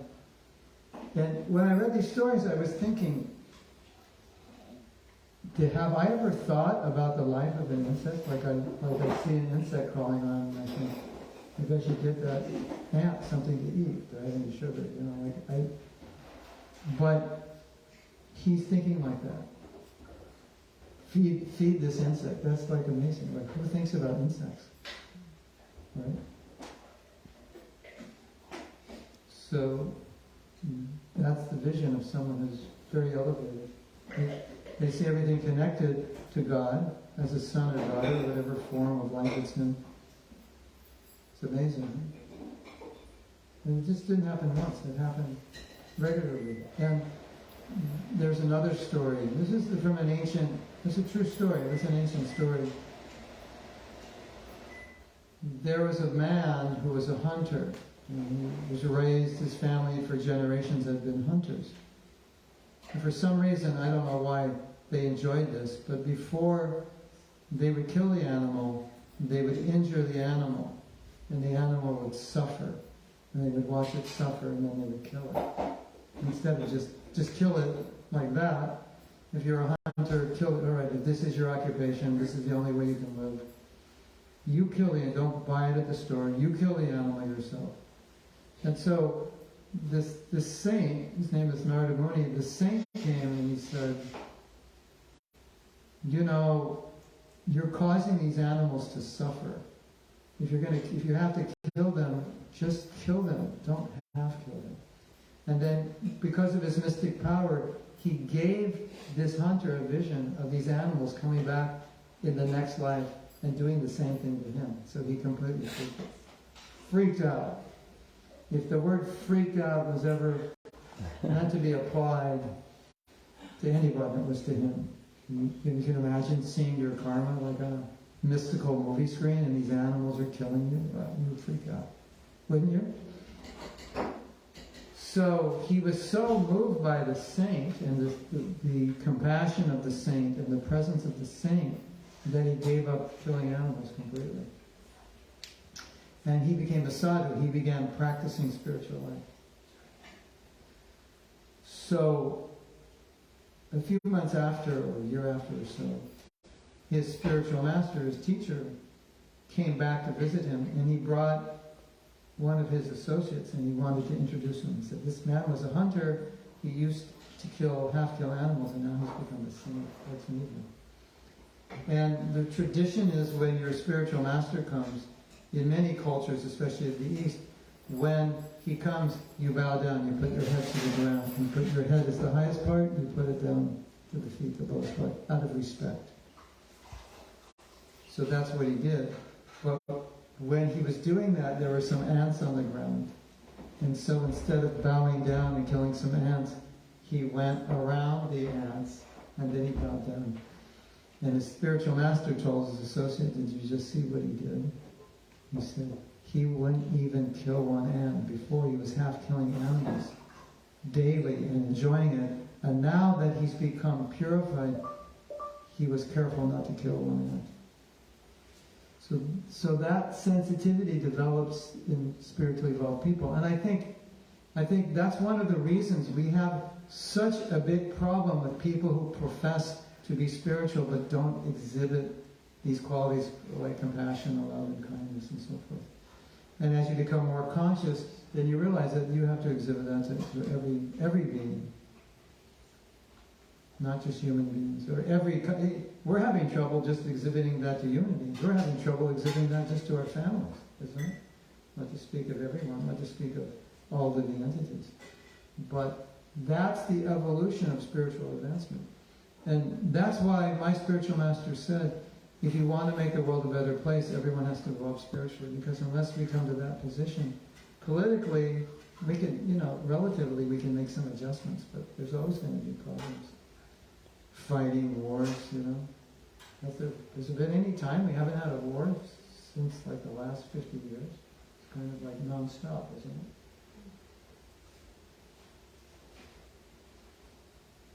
And every time there's a war, of course now there's a war, and everybody's thinking, this is the stupidest thing I've ever seen in my life. Like, why? What is going on here? Well, what war wasn't stupid? And where is it coming from? Someone wants to exploit another country or other people and so forth. Did that answer your question?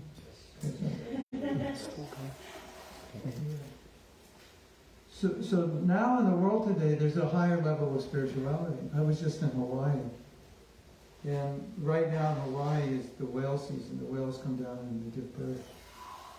And then they come down from, I think, Alaska, and they give birth in Hawaii. And then they stay for a while and they go back. And I was told that there is a period of time, I don't know who was coming in to kill the whales. It seems like everybody was coming in for the whale meat. You must know something. You know something about the whales in the water and how they were practically became extinct until the government stopped it. So there's a little more consciousness now, but not enough. It has to evolve now. Because humans have always thought we have dominion over the earth, so we can do whatever we want to animals. And sometimes this argument is used, well, we have dominion over the earth, so we can kill animals for food. And we say, you have dominion over your children. It doesn't mean you can kill them for food. Dominion means care. Take care of them. That's when you have dominion, you serve, you care. So as we evolve spiritually, even if we're given dominion and power over people, we will use that in a benevolent way. And if we're not, we'll exploit it. We'll take advantage. I have power over you, so you have to do what I say. That makes me think about, I read Moby Dick, like when I was a lot younger, and I guess I thought, he was like the villain or whatever, you like kept rooting for them to, he's like the big bad whale. And then as I read it, as I got older, I was like, Moby Dick's the hero, he's like defending the other whales, and I just had a completely different mindset about it, and Yeah. it was interesting. Yeah, it is. Socially programmed to see things in a certain way. And what also comes out of this is that many people don't really think about how they've been programmed. So let's say I program you to think a certain way. It would be natural to ask, well, do I want to think this way? You program me to be this person or think this way, but I have to ask myself, is this the person I want to be? So every one of us has been programmed in a certain way. But not everybody asks, is this the person I want to be? Most people just allow themselves to be the person they were programmed to be and live their life that way. So we should ask, am I okay with my programming? Some of it, maybe, but definitely not all of it. And who's programming us, especially today? The media has a much greater impact now than ever before because we're on it more. When I was a kid, you won't believe this, but when I was a kid, TV was still black and white. Isn't that amazing? Like I'm like an antique or something. And I think there were only 3 TV stations when I grew up. Krishna Kripa, how many did you have? Yeah, there was ABC, CBS, and NBC. And there was one odd one also, Channel 11 or something, sometimes. So there wasn't much media. So now, there's like how many channels of TV, like unlimited. It's go to YouTube, 10 billion, whatever, So we're actually more conditioned than ever. There's more media and we're on it more. So you have to look, you have to understand that this, everything I see it's sending me a message, which is usually, you should be like this is cool. And you have to think, is it cool? Should I be like this? Do I want to be like this? Is this good? And oftentimes you realize, no. It's just that everybody's doing it, so it seems like, right? Everybody's doing it, so it seems like that's what I'm supposed to do because everyone's doing it. Someone said, if everyone's doing it, you should know, don't do it. That's like, the first thing. If everybody's going in that direction, don't go that way. You're probably going the wrong way. It's not like everybody knows the right way to go. I mean, not always, but something to consider. Okay, we have 6 more minutes before blast off. You'll be ready at 1 o'clock? Yeah, I'm just waiting for my amber light to turn to green. And When then? it turns green, it means the rice is done. Oh, okay. All right.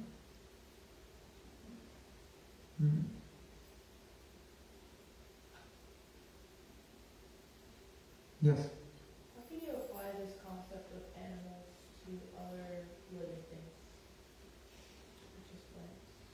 like plants that we have to eat. Yeah.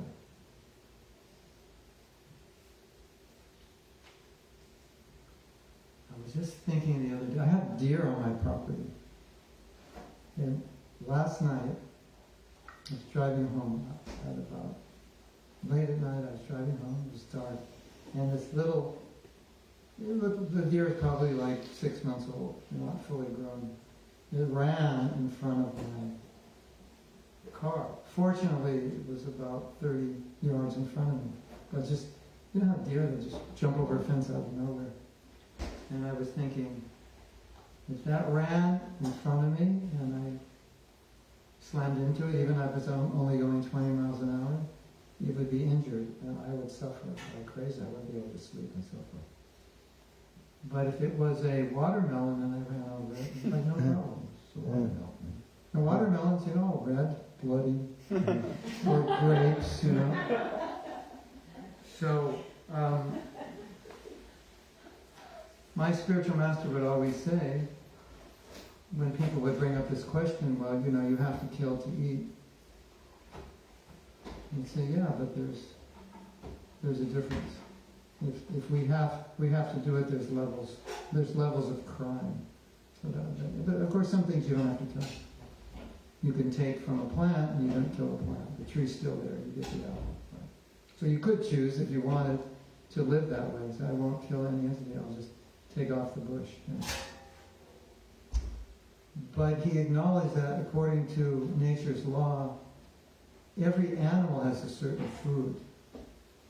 So, you know, in answering your question, but if you apply it to a tiger is not vegetarian, but that's nature's law, that the tiger will eat meat.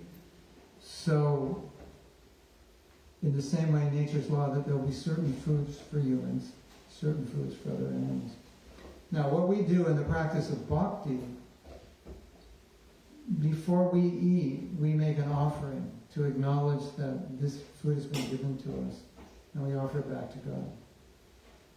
So it has its proper utilization. He's given us these grown, but why are all these foods on the earth? Who are they for? You know, why did he put them there? But to overcome, there's no karmic reaction when we make this offering. So it's not that we offer animals or anything, but we offer vegetarian food. And so that takes it to the highest level. But these are the proper foods, but there's no karmic consequence.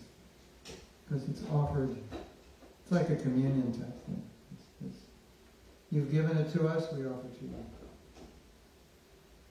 So my spiritual master would always say, it's just that you have to use discrimination and you have to use sensitivity.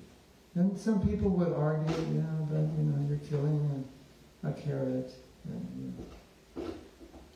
But usually people would only make that argument because they want to rationalize eating animals because they don't want to give it up. But it's a pretty strange argument to equate a more developed animal with a carrot.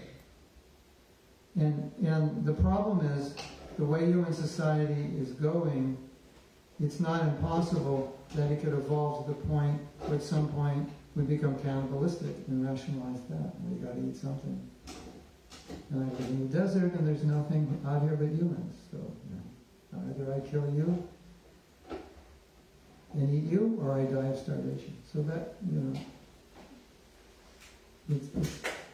I don't know if you thought about it, but it's not a big jump from rationalizing the torture we place on animals that we kill to slavery, for example, exploitation of American Indians as we did. You know, these things they're very closely related. And my spiritual master would always point that out because it's a consciousness. So if your consciousness can do one, it's not a big jump to do the other. Where if your consciousness can't do that, you would obviously never exploit humans. So that's something to think about. And also, maybe you've heard that many people who work in slaughterhouses have horrible nightmares and they can only work in that job for a few years or so before they go crazy. Because you have to kind of go into denial and pretend these are not really sentient beings that feel anything, because otherwise how could you do that? But you can only, I imagine you can only deny it so far, because when you hear them scream, how can you deny that they're feeling pain? And some people want to say that, well, they're not feeling pain. There's no soul. There's no person there. But everyone who has a pet knows that's not true. So how can you say that? It's used as an excuse.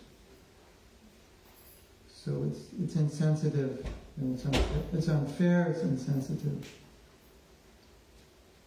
And it's dangerous. And now we see in the world today, and we've always seen throughout history, some leader has a motive, a mission, and he'll sacrifice the lives of thousands, sometimes millions of people. Right? Like that level of insensitivity. Now, I have something you'll find interesting. In my teaching, when people ask me about vegetarian, and they're not vegetarian, and they've never really thought about it, sometimes it's difficult for them when I say, well, the animal will suffer, and they're just like, they'll say something like, yeah, but I like meat. I don't understand. They don't, it's hard for them to understand. So I say, if you could stop eating meat for 2 weeks, then I think then you would understand. Wow. And every time that they did that, and I met them 2 weeks later, they would say, I understand. But sometimes you cannot understand something is wrong until you stop doing it. Because while you're doing it and while you're rationalizing it, and so like you could be a heroin addict and say, what's wrong with heroin? It makes me feel good. I was like, well, if you could get off it, you would realize how messed up your life is. That's our experience. Once you get off a drug, you realize it, right? Or any addiction. So, but this was my experience, that when you stop committing that violence, you're no longer getting the karmic reaction of the violence, and therefore you can think more clearly about what you're doing. But when you're involved in it, you lose clarity. So there's a lot to be said about stopping an action to be able to get objectivity on what it is. Yes? What about people that stop and then go back and say they couldn't do it? What do you think is happening there? Well, they didn't know how to cook. That's what I think is happening. They didn't come to enough of our programs.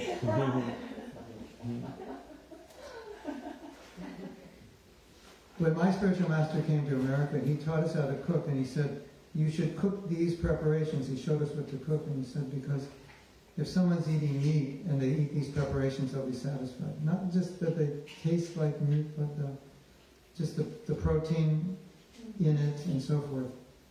And that was our experience. Now, if after that someone still can't do it, it's because they don't want to.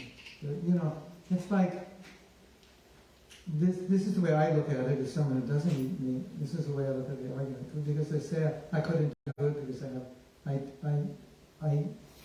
can't give up, I need the taste of meat. And say, well, because of what you want to taste, you're sacrificing the life of another animal. It's like, don't you think there's something wrong with that? Just for a taste, you would kill another entity, and you don't have to, and that entity will suffer.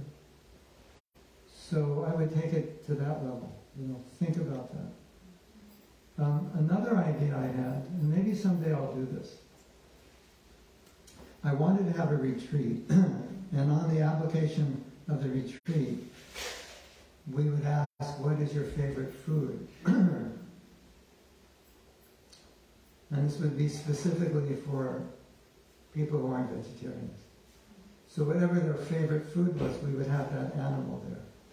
Wow. So if it's hot dogs, we'd have pigs. If it's lamb, there would be sheep. If it's veal, we'd have the baby calf and so forth. If hamburger steak, we would have the cow.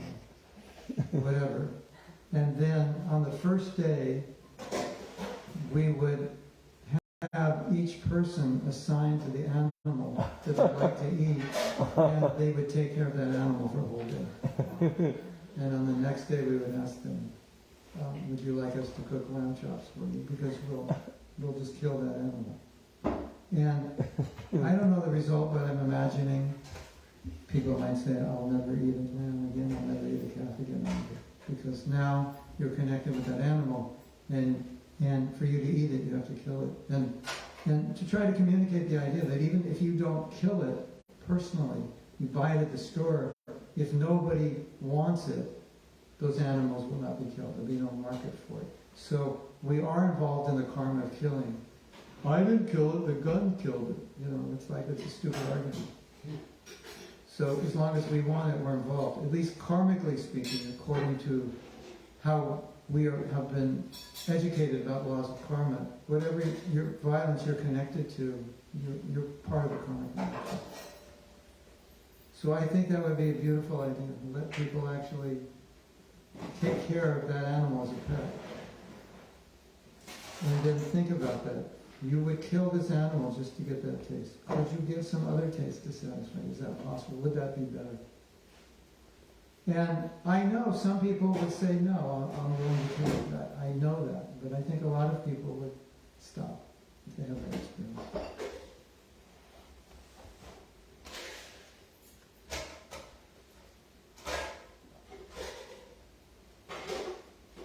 A lot of this is, of course, as we know, it's because of how our society has conditioned us.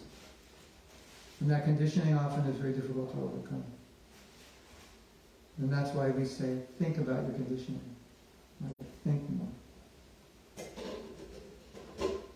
And if you think enough, certain truths will just become obvious to you.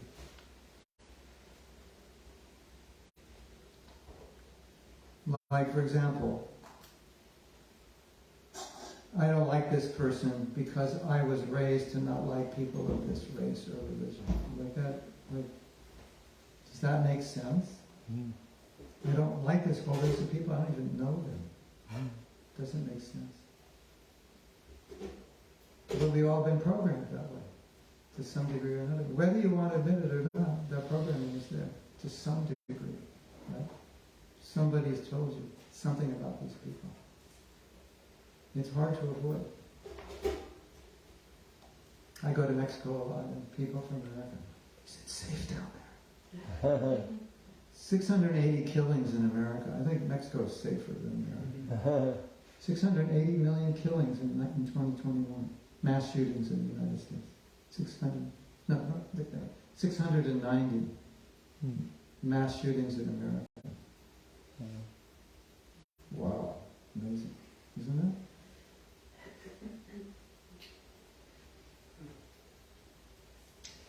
Have you ever seen this experiment where they show kids different colored dolls and say, which one do you like?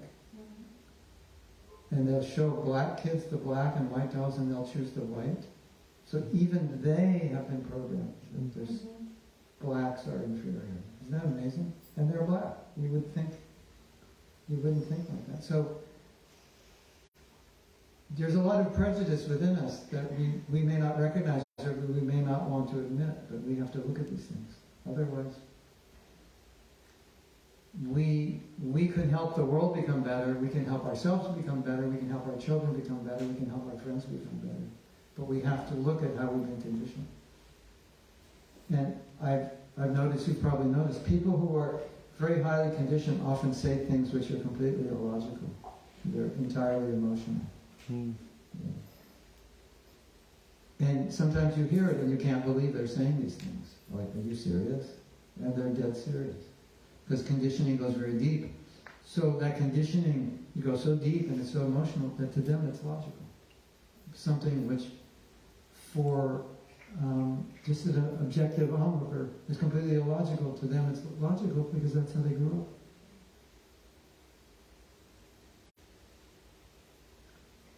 I heard, I won't mention his name, but I don't even know if he's alive anymore, but he had a syndicated, I don't know if they still have now, a syndicated radio show. Maybe like 135 stations. It was a Christian show. And they were talking about fatherhood. And he said, Where my father and I bonded the most was when we went hunting together. And when I heard that, I thought, the people listening to this show, most of them, if not all of them, will not blink an eye when they hear that. I freaked out. I threw a rock at the radio. I was like, this is horrible. But it's normal.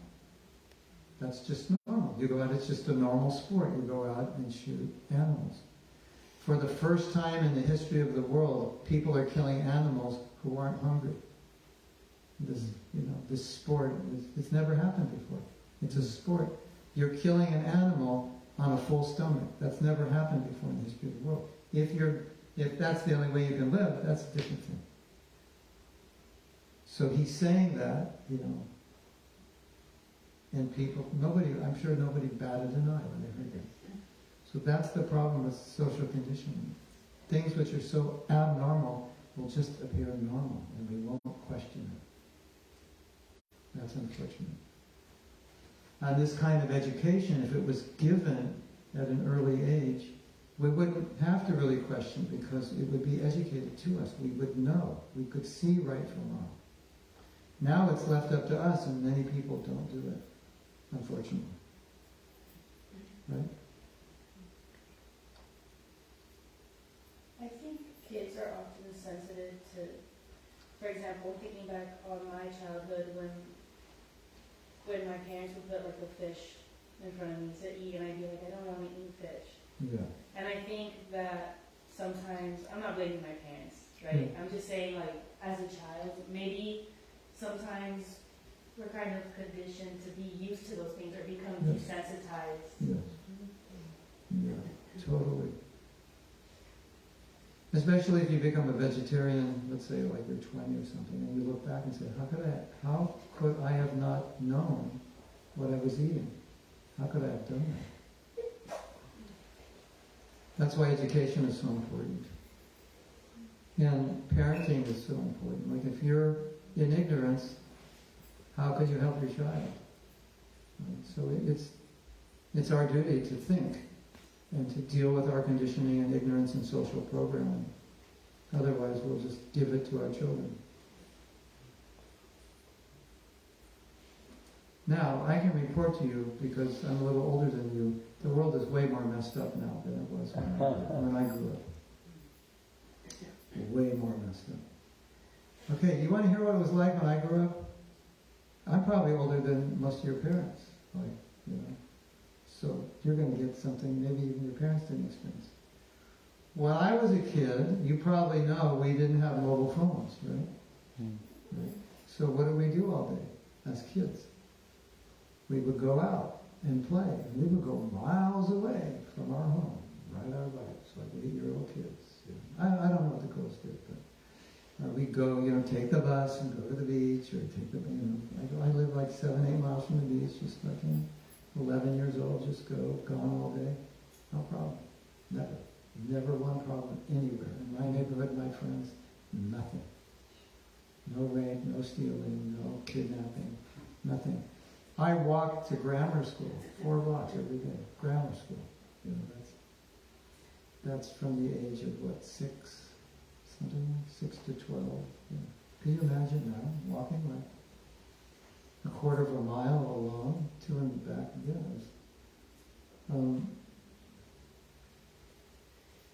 You know how many meals I had with my parents? How many dinners I had a year with my parents? 365. Oh, that's all of them. Yeah, that was the culture. We had some breakfasts also, like on the weekends. I cannot remember having a meal without my whole family, ever in my life growing up. Wow. Interesting, right? And my mother never worked, and my father worked. And we had more money than we needed with one person working. He bought his home in 1950 for $25,000. That home is worth like $1.2 million now in Los Angeles, but that's what they cost. And my friends in the neighborhood next to me, a little poor, bought their homes for $5,000, which means your father worked in a factory, doing a factory job. He could own his own home and his own car. Wow. interesting. And the sexual exploitation of women by men, taboo, it didn't exist. It's just like, if a man sexually exploited a woman, that's it. Out, kicked out, finished. Shamed. It just didn't happen. It was a different time. And then, 1965, went to hell. Haight-Ashbury, the Lower East Side, LSD. But even then, it wasn't that bad. Even in spite of all that craziness, there was some sanity there. There was still people were thinking. They were thinking, philosophizing, asking questions. Is this right? Is this what we want to do? So it was a good time, actually. But there came a point, I think it was the late 70s, early 80s, where it just all became about money and career and upward mobility. That was everything. That's all that was important.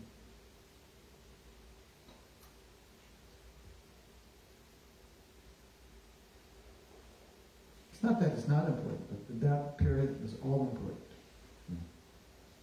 So, ladies and gentlemen, girls and boys, when I was 40 years old, my father died when I was 42, and he always called me and my sister.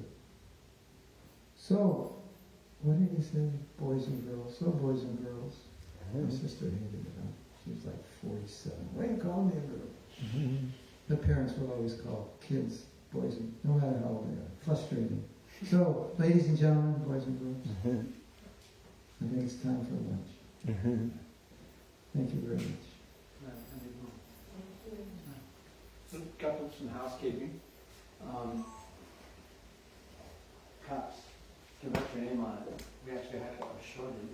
Nobody sells paper cups. All plastic. I mean, I have 3 Walmarts, Costco for getting. And so, if you write your name on it, that'd be great, because that's actually as many cups as we have. What time are we coming back?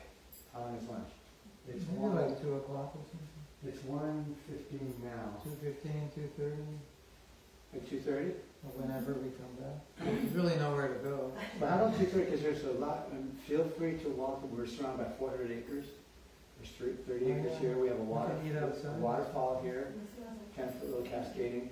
We have a big, sweet little pond that's at one point it's going to be. Well, it's already starting to harvest. I've been harvesting lately the duckweed. It's like spirulina. It's on that one pond that way. And we have 2 acres of grassland in the back where our winter garden is. You can just walk that way and just kind of wander. It's nice. We can get fresh spirulina. We can pick it. Yeah, you just got to scoop it out. Really? Yeah. We Well, can- it's duckweed. Same thing. It's really nutrient dense. There's some communities that's how they make they generate their money. It's all duckweed. But and then we're also going to have our campfire kirtan music tonight. It starts, and it's not going to be cold. It's great. First time it's warmed up.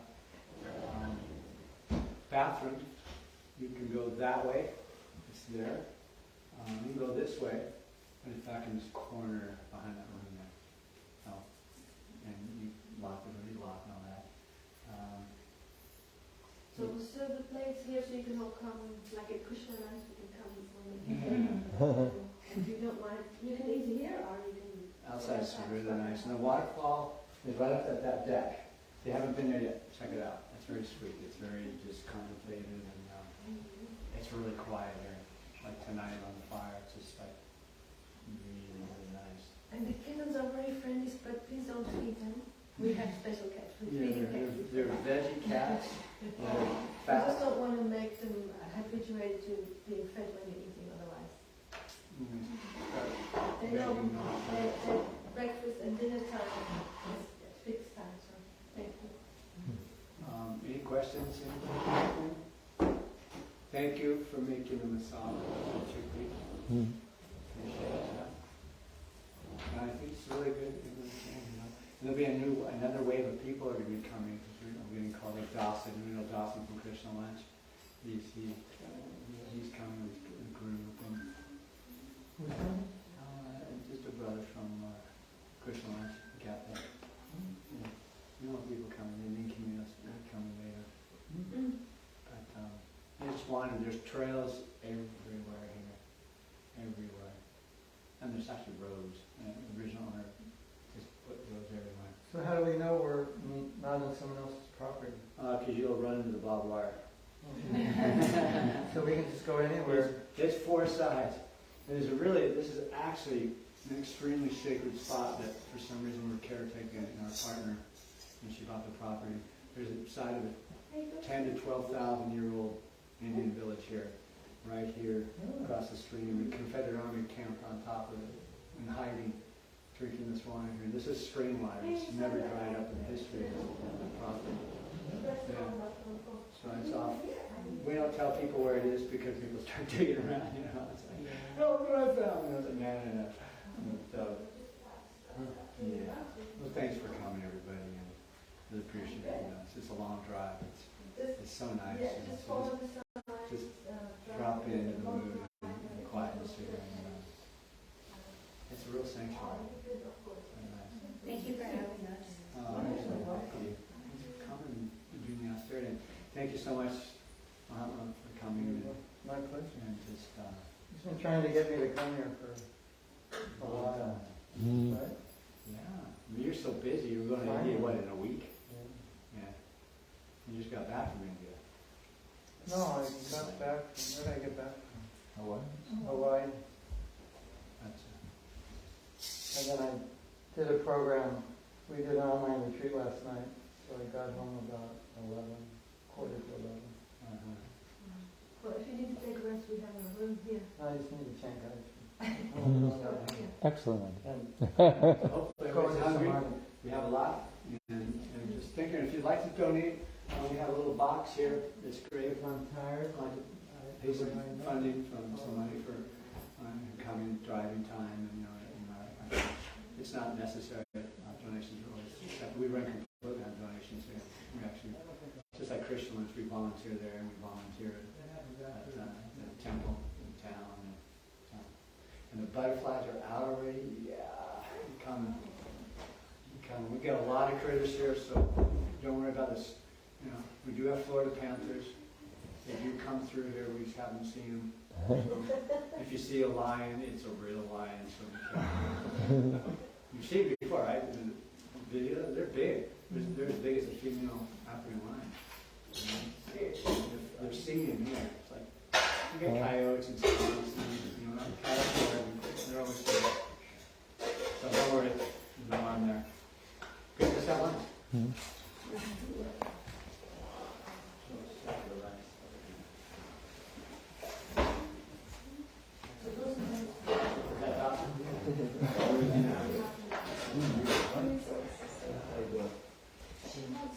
She's not coming today, unfortunately.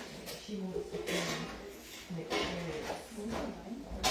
When another one comes, or she wants to come to, we talked about going to Scottsdale or whatever, services. Let's do it. She's very interested. Oh, okay.